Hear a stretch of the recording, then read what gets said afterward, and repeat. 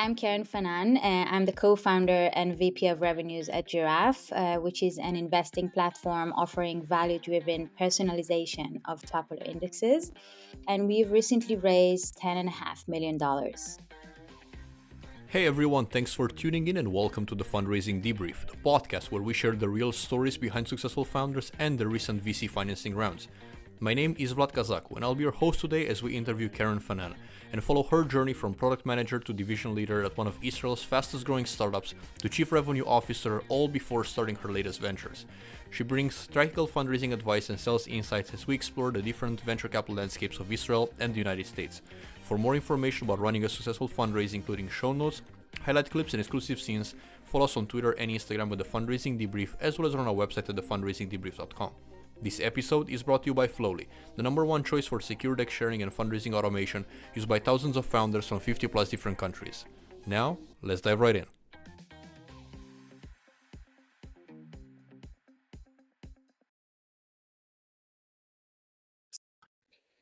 Keren, such a pleasure to have you on the podcast. Really appreciate you taking the time to have this conversation with us. Thank you. It's a pleasure to be here as well. I think in this conversation, we're going to explore for the first time on the podcast this duality of a company on two different countries, two different continents, raising capital and expanding to a new region of the world. So very excited to learn more about you, Giraffe, and your $10.5 million seed round. To begin the conversation, would love to get a little bit more of an understanding of what Giraffe does for everybody here that may not yet be familiar with what you guys are doing. Sure. So Giraffe is an investing platform which is empowering a value-driven personalization of popular indexes. For example, if you care deeply about the climate, you will be able to customize your portfolio to exclude fossil fuels or gas companies. And if you're deeply passionate about animal rights, then you shouldn't be investing your money in companies such as Tyson Food or McDonald's and so on, all of them being a part of leading indexes such as the S&P, for example. So the idea behind it is that if money is a catalyst in the world, then we can use our individual money to influence public companies to be more responsible for the issues that we care about as individuals. So we started Giraffe because we wanted to empower investors to remain true to their values and principle, but also we wanted them not to compromise on their financial confidence. And that's why we've built a unique technology that is relying on leading indexes for more sustainable returns. So basically, our technology offers a fresh approach, I would say, to impact investing by overcoming the limitations that exist today when it comes to investing in leading indexes. When you want to invest in leading indexes or any stock collections for that matter, then you normally do it by investing through traditional index or mutual funds or ETFs, which lack personalization.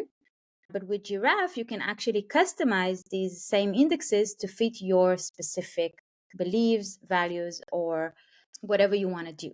I think the last interesting part about Giraffe is that we have taken this technology and basically turned it into a benefit system tailored for companies.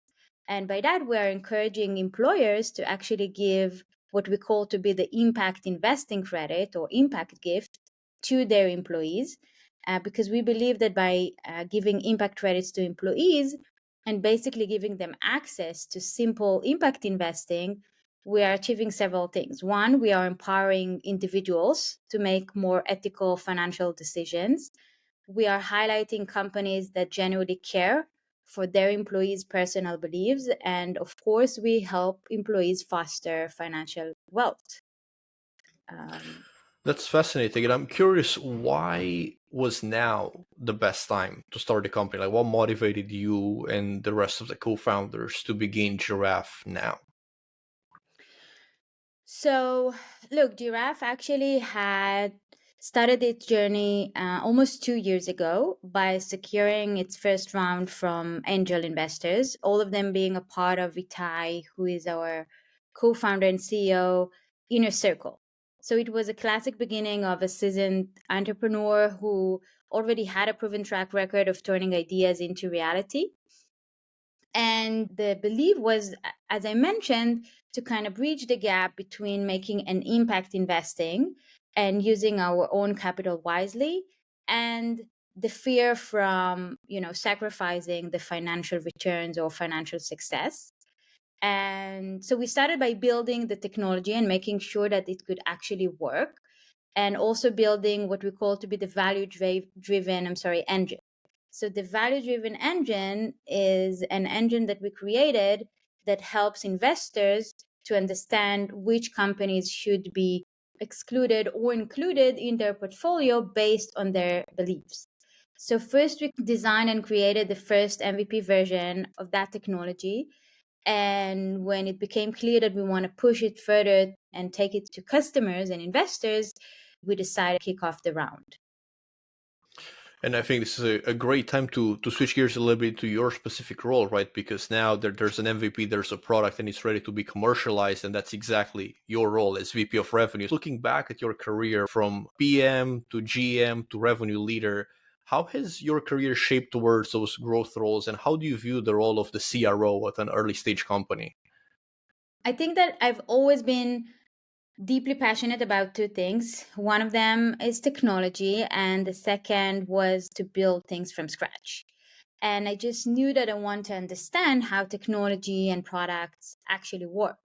And in order to do that, not just in a lofty or more abstract level, but in a real way, I just have to do it hands on. It's just like if you want to learn a new language and turn it to be a second nature for you, you better go and live in another country so that you can observe all the nuances of that new language. And it's the same thing when you do something such as managing product hands on. You learn about technology from a different angle that you cannot do otherwise. So my career basically kicked off in more technical and product roles. And I think the turning point came when I got a chance to build a whole new product category at Get, which is an on demand ride hailing company. And I think the opportunity to build a startup within an already fast growing startup was the perfect opportunity for me. So, as a part of Get, I co founded a product called Get Delivery and transformed it into a significant source of revenue for the company. And that ride kind of set up the stage for me to step up and eventually manage all the revenue streams as the chief revenue officer. I think the shift actually from my unicorns days to diving into the startup life wasn't really something that I planned. Yet, at the moment that I met Itai and I learned about Giraffe's vision, it just resonated with me so much that I knew that I have to be a part of it. What part of it resonated most with you? It was specifically the opportunity to help build towards the greater vision, the opportunity of the interesting market and go to market strategies. Was there any particular part of Giraffe that attracted you most to this role?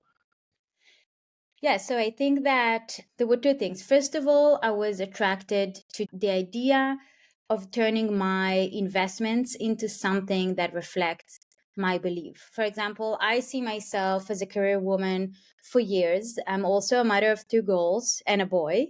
But when I realized that I'm actually, advocating for women rights all day, but then I'm investing my hard earned money in companies that has no female representation whatsoever, it kind of felt ridiculous because, from one hand, I'm advocating for something, but on the other hand, I'm giving my money to companies that are not aligned with that. So when I met Itai and we discussed about the idea of taking the same investing strategy that I'm using today, but being able to kind of pick and choose what I don't want to invest in. And hopefully by taking my approach of not investing in, let's say, S&P 500 companies that has no female representation on their management team, and multiply that by millions of people that will do the same, I'm pretty sure that will make these companies to be more aware of whether they have gender diversity and equality within their teams. So I believe that there is nothing better than working on a technology that is set up to improve something that you care about, right? It's when your kind of passion meets the day-to-day work. And I think that was the situation at Giraffe. And considering my background in revenues and setting up things from scratch, both at GAT and my period at Moon Active, which is a gaming company, it just made total sense that I will join and help shape everything that has to do with revenues in the company. It almost feels like an ikigai moment for you, where everything gets aligned and you truly find the blend between what you're good at and what you're really passionate about. And I'm curious to explore a little bit this idea of alignment as well from the perspective of Giraffe's fundraising. You're helping investors invest in things that better align with their goals and their values and their passions. So I'm curious, how did you bring this whole concept of alignment in your very own fundraising as you were seeking capital from venture capital firms and figuring out who is truly the right investor to support you in this mission?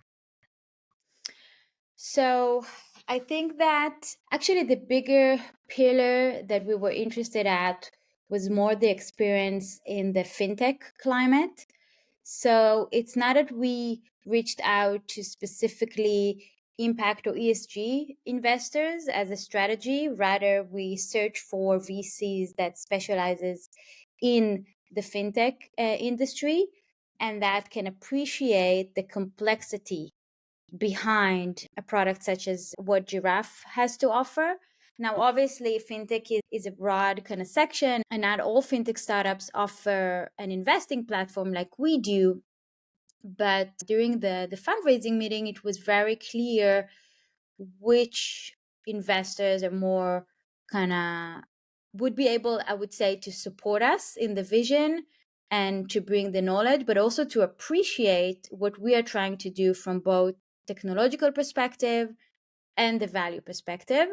I think that what we saw is that they really liked the complex technology, which is, I would say, something that can develop to something bigger in the future, meaning when I give you the opportunity to personalize leading indexes or to personalize ETFs, I'm basically opening a gate to, I would say, a new level of investing that does not exist today. The ability to use that to boost impact investing, which was already a growing trend and is continuing growing a year on year. And of course, the proposition for the corporations and the ability to take that investing technology and make it accessible for corporations through the impact gift cards that we developed. Got it. So it seemed that it was much more the financial technology angle and their level of expertise rather than the impact and their alignment on the vision. Or maybe there was a little bit of both, but the primary value add that you were looking was expertise in fintech. So I'm curious, how did you go about figuring out who are truly the right investors for you in the fintech space? Because there's a lot of conversation out there about value add and platform functions and expertise. But there's a point where the rubber meets the road, where you truly get to see those investors in action. How much value can they provide to you? So, what was your process of diligence, like reverse diligence on the investors and figuring out who are truly the fintech leaders you want to partner with for this round? Lots of chats with VCs from both the US and Israel. And we ended up teaming up with Group 11, and then Altair Capital joined. I have to say that it's not always a question of which VC brings exactly what you want. It's also a question of their pace, how soon they react.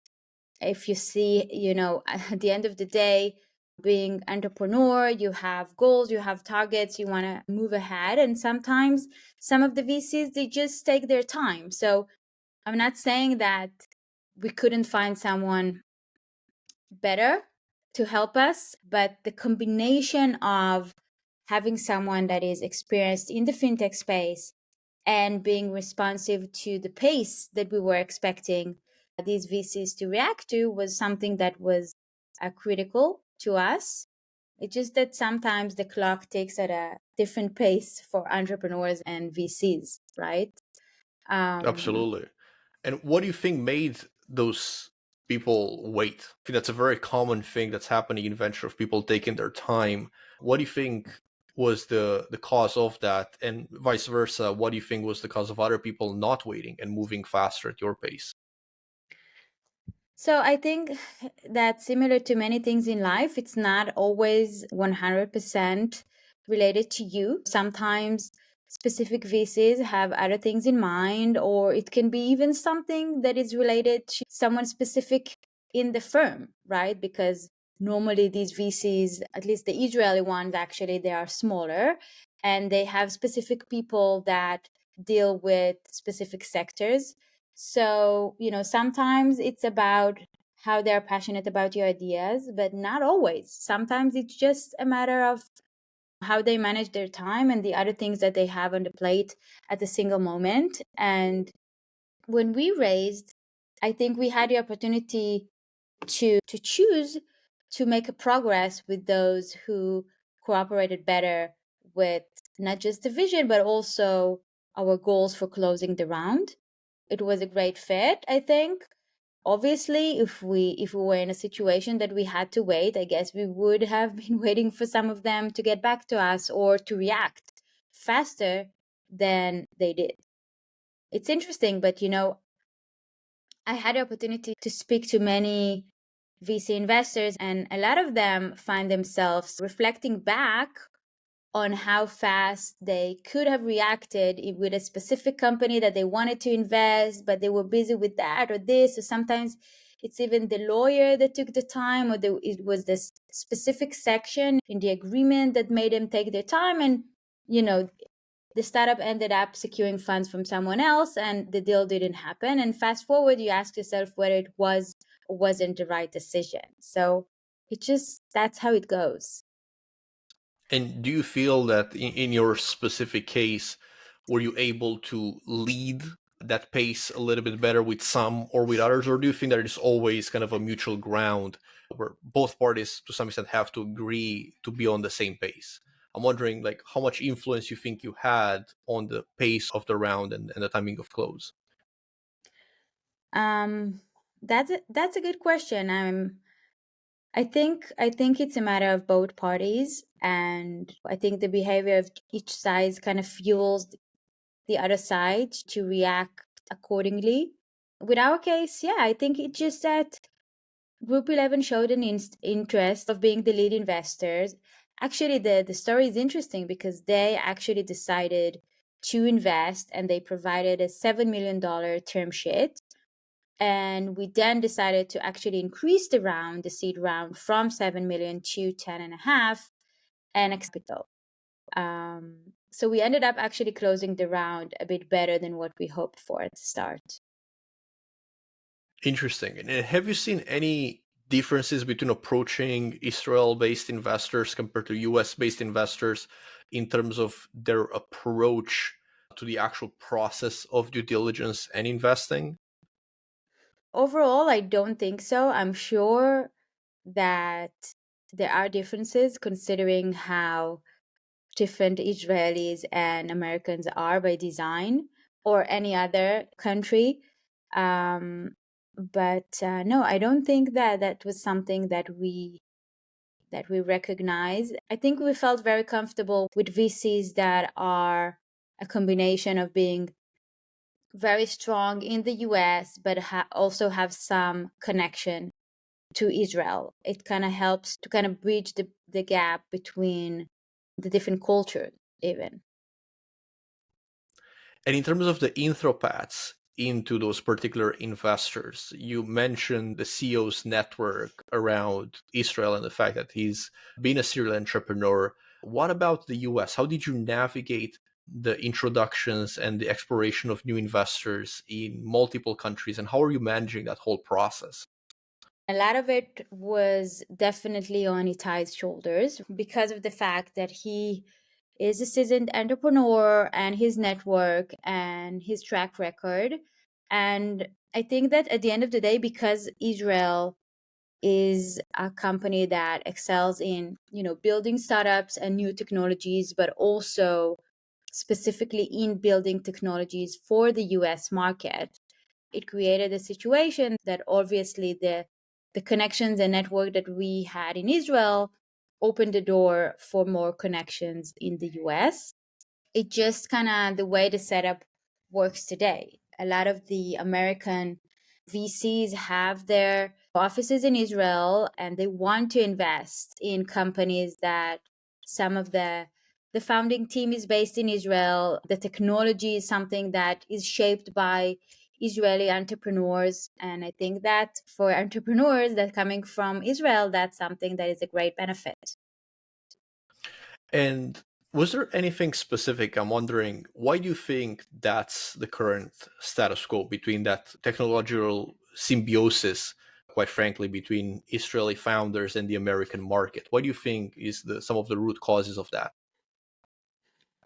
Well, I think, and that's something that is the status quo for us, I think, in Israel, that, considering the size of Israel and the amount of new technologies and new startups and the amount of founders that are, originally coming from Israel, it's just something that positions Israel as a company that is, like a startup nation. And I think that for American investors, knowing that there is high chances of finding great ideas and great new technologies coming from Israel, I think that's what makes this connection so strong. Had the majority of investors that you work with already to approach already have a clear understanding and had experience with Israel-based teams, with Israel-based companies, or did you at any point had found yourself to a point of having to explain some of this to an investor who wasn't really aware or hasn't really invested or deployed capital in that region? No, actually, so I think we ended up partnering with investors that knew very well the landscape in Israel. And I think that it's not only that it makes sense, it's also smart. I mean, the same way that the first angel investors that invested their money in Giraffe knew Itai and like personally and knew his track record, which made it easy to build the trust also from the beginning. So the same thing goes with VCs. Like if you can find a way to partner with someone that knows the kind of even the kind of the language, and I'm not talking about the actual language but the nuances of the language and the overall approach of a specific landscape, then why not just kind of partner with that? Like it's better, definitely when I'm talking about seed rounds, when it's just the beginning, it's kind of better to partner with someone that already knows where you're coming from and you share kind of similar expectations. And I heard you say trust, and I think this is a theme we've explored across a number of episodes. So I'm curious your approach to building trust, specifically in an age of digital conversations, online meetings for the very first time compared to the in person handshake and the long standing relationship. How have you approached trust building throughout this fundraise? And how much of that was new relationships versus pre existing relationships that have been cultivated over a number of years that led to this? So, first of all, I think that in order to build trust, definitely the more in person time and face to face time you have with a person is better. I think that as a team, especially on Itai's side, it was something that we made sure that will happen.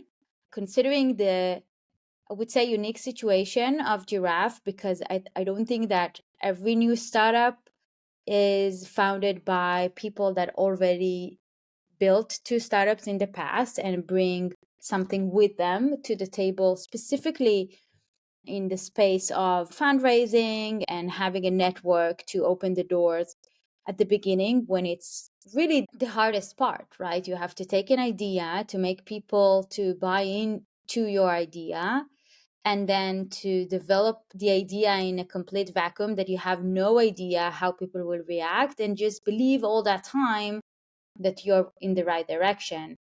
So with our case, I think, and again, I'm, giving all of that credit to Itai, I think it was simply because of the relationship that were already in place, considering his background and our CTO's, who is also a co-founder in Giraffe, background as well. So, what do you think was some of the biggest learnings that you personally took out of this fundraise moving forward to be, let's say, better prepared to tackle a full on fundraising?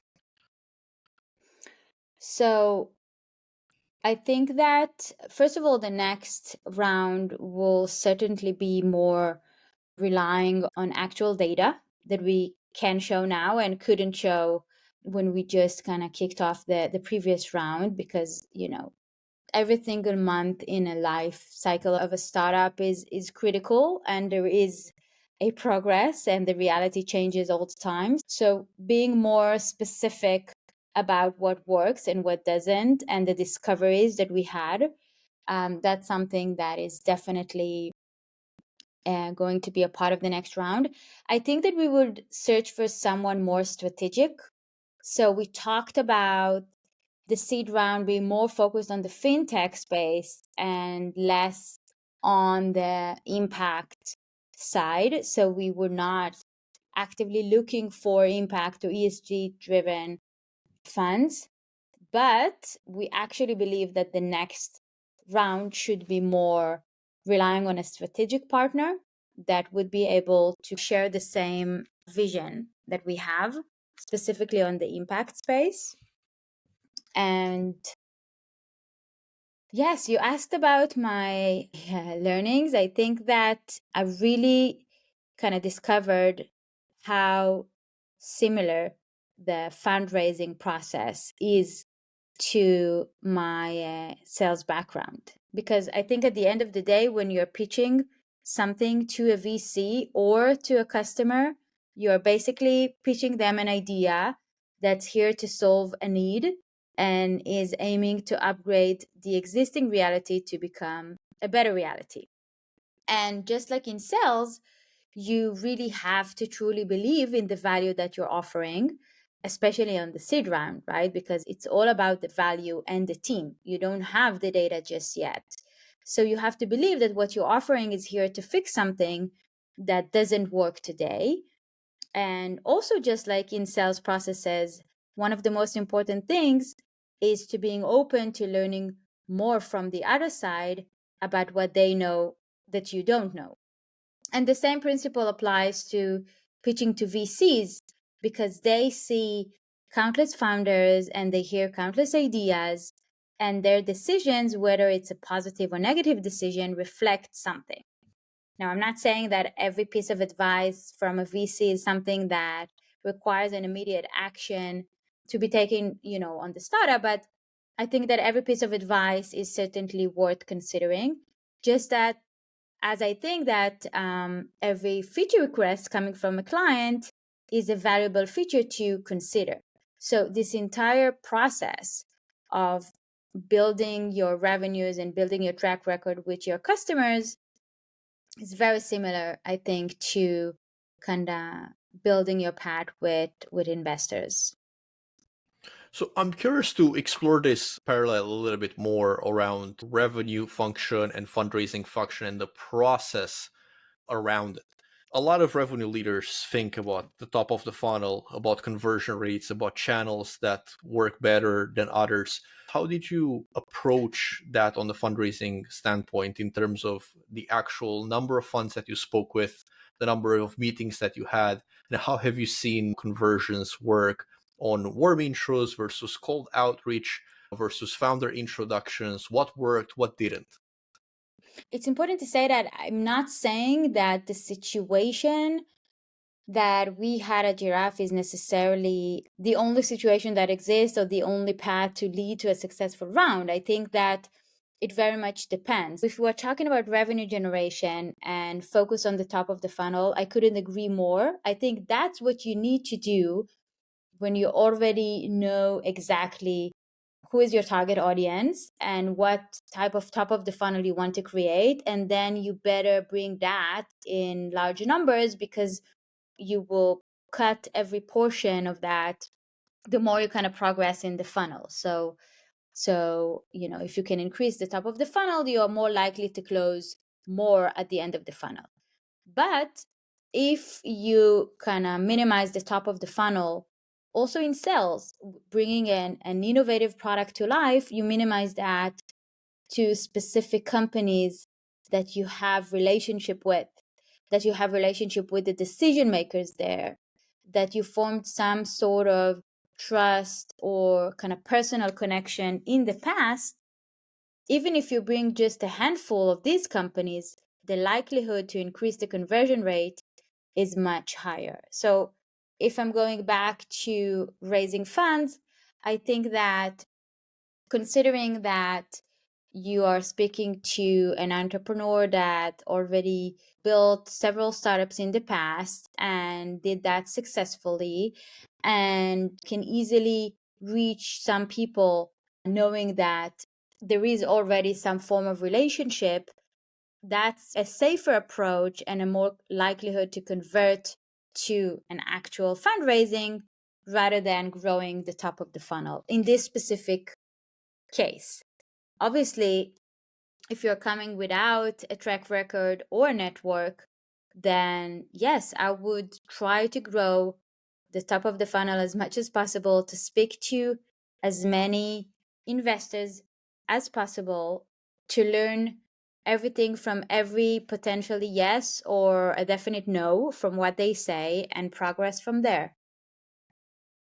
And I would like to ask this quick follow-up question on the learning piece, because you mentioned in your previous answer that every advice it's worth considering, and VCs are going to give a lot of advice during the fundraising process.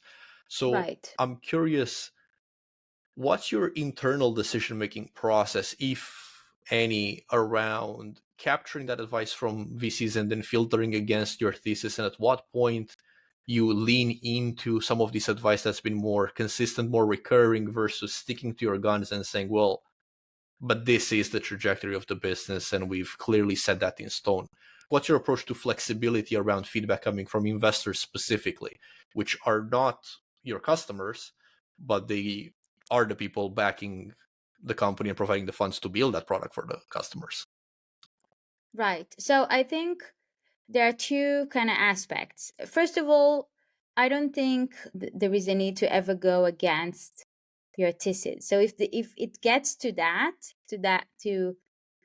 pivoting into something that you as a founder do not believe in, then that gap is probably too big. Like, how could you execute on that? You have to trust the fact that you will eventually will believe in something that contradicts what you originally believed. So that's too risky, and that wasn't actually the case for us. But I think that when we heard something about, look, we think that going into companies and offering that in this and that method and not what you originally offered, and that feedback came out more than once and twice, and we kind of heard it multiple times, so it helped us kind of shape the proposition to be more accurate. I think we gathered a lot of feedback regarding going with our product and technology just through companies or also direct to consumers, which is, I think, a very kind of common question when it comes to a B2B2C product. Eventually, Giraffe's technology is an investing technology for the end user, but we believe that we need to take this technology and help corporations open the door for their employees, which is more powerful than going directly, for example.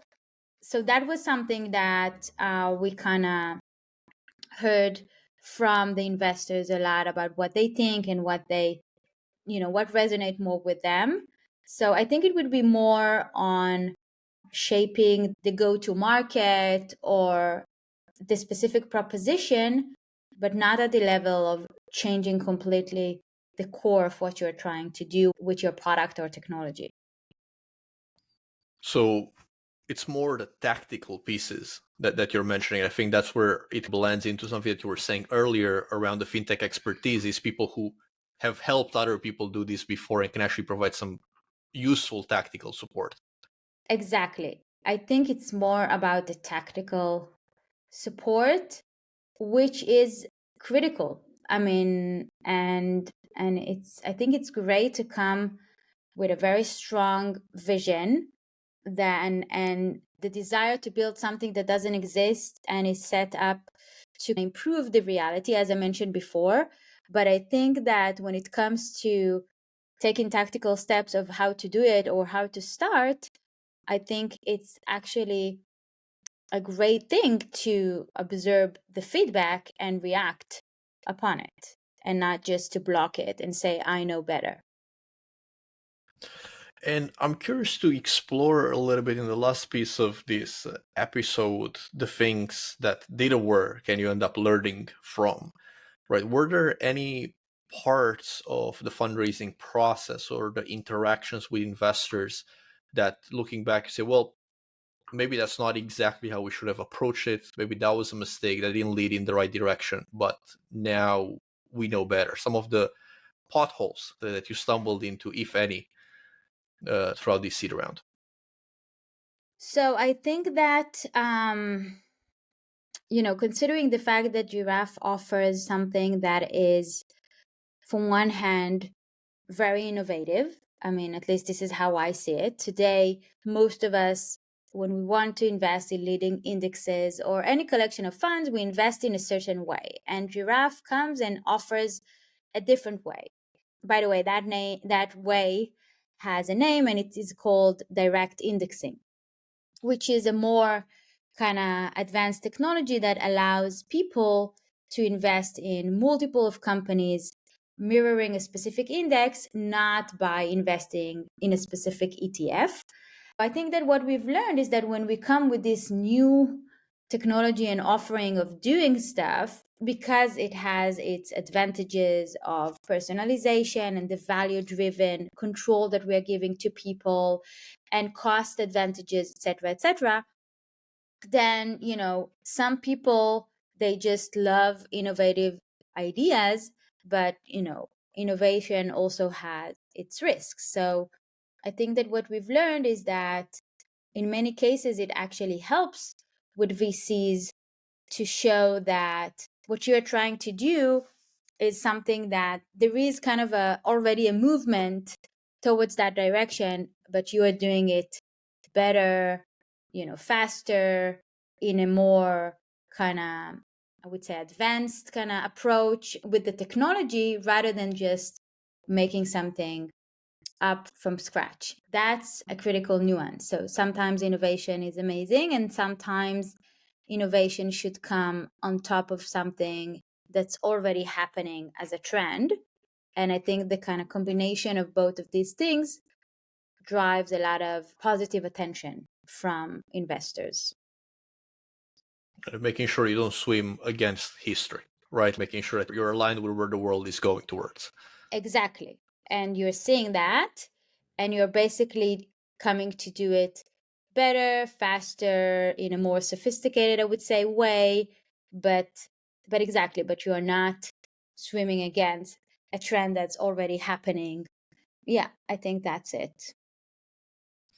So I'm curious to pivot on our last piece of the episode, is some rapid fire questions, somewhat related or somewhat not related to business. We always love to start with this question, which is, what do most people don't know about you that you think more people should? Wow, that's a good question. I think that people don't know that when it comes to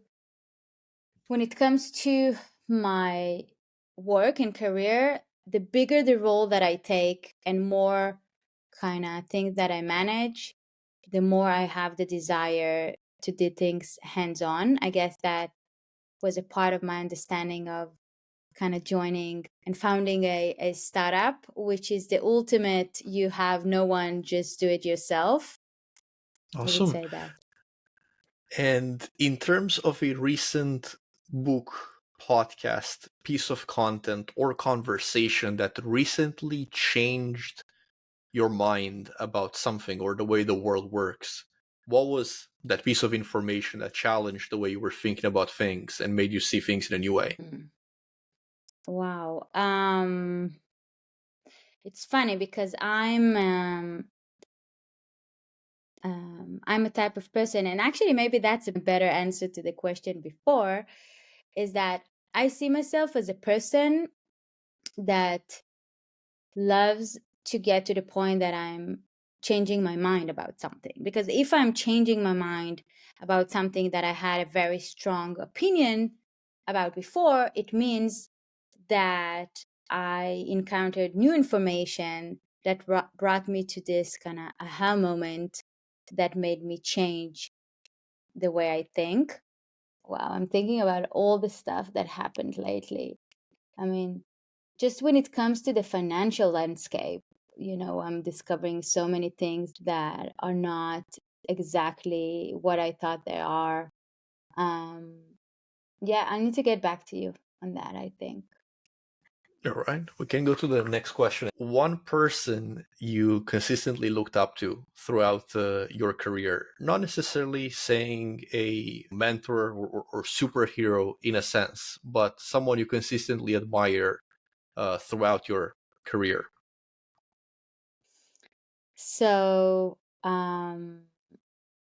in terms of like public figures, I think there are two. One of them is Steve Jobs. I think Steve Jobs. I think that every in every role that I took through my career, there was always something that he said that I kind of used as a reference, from how to look at your career or job in general, and to make sure that you find a work that make you feel as if you're not working at all, which resonates with me, through being super innovative with some products, through deciding what not to do, which I think it's one of the most difficult things to do.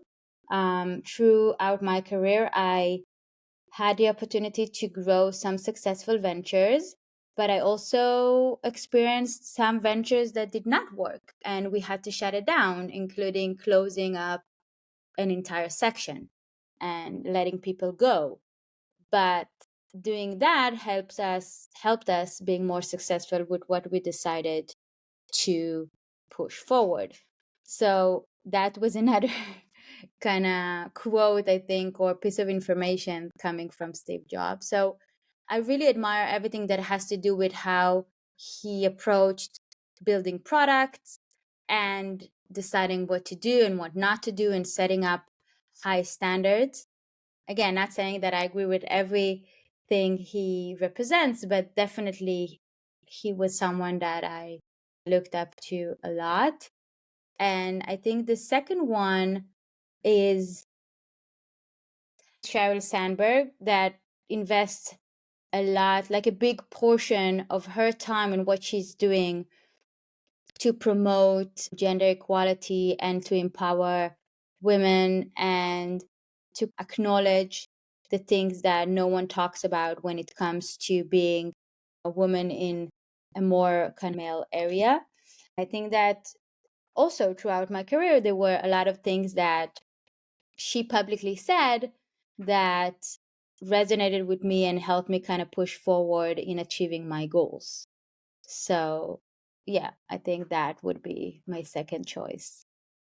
Those are two great examples, and I like the complementarity between them on the impact side and on the innovation side, which makes a lot of sense why you're co-founder VP of revenue of an impact investing platform. Would like to explore the last question, which we always got some interesting answers to, and it's a tradition that we hold internally at the company for quite some time, which is always end any meeting with a point of gratitude. who is one person towards the end of this episode that, reflecting back on your career and your entrepreneurial journey, you would want to say thank you for their impact that they had on your career growth, your company growth, your fundraising? You choose, but it only has to be one. Okay, so I will go with which is not so much reflecting back because it's still the present, but I will definitely go with Itai, who is the CEO of Giraffe, because I think it's, I don't take it for granted for a seasoned entrepreneur that has all the experience that can partner with people with a similar level of experience to bring someone like me on board, that I had the experience of building things, but still it was in the like as a part of a bigger company. So Giraffe is basically the first time that I'm actually founding a startup from scratch, going through the entire process of taking an idea and turning it into something. And throughout this process, I could really see how Itai and his experience, how he's using his experience to teach me on the things that you could not know if you're doing that for the first time. Like, there is no way that you can realize all of this stuff without doing it yourself over and over again, or having the opportunity of doing that in the past, now sharing your insights with your team. So I think that I'm enjoying the experience of not just founding a startup, but also doing that with partners that kind of help me deal with the difficulties and challenges alongside the fun aspects of it while in the making, which I couldn't be more grateful for. Fantastic. And it's amazing when you got the chance to work with people that you respect and they respect you, and you're truly building together something that's meaningful. Keren, my gratitude to you for joining us on this episode today. Really much appreciated. I'm certain a lot of people are going to get a lot of new insights and a better understanding on how to navigate the fundraising process and what it really is to build a company from scratch from this conversation. So I really appreciate taking the time to do this. Thank you. It was a great pleasure for me too. Thank you. What a great conversation. If you enjoyed it, make sure to like and subscribe to our podcast and be on the lookout for a new episode in 2 weeks as we interview another amazing startup founder and debrief their successful fundraising story. This podcast was made possible by Flowlie. If you're currently fundraising or planning to do so in the near future, create a free account today on Flowlie at flowlie.com. That's FLOWLIE.com. And get access to an investor database curated just for you and powerful deck sharing capabilities with advanced access and engagement tracking. Are you ready to take your fundraising journey to the next level and join thousands of founders across the globe who use the platform every single day? Find the discount code in the show notes and sign up today. That's it for today's episode. See you next time.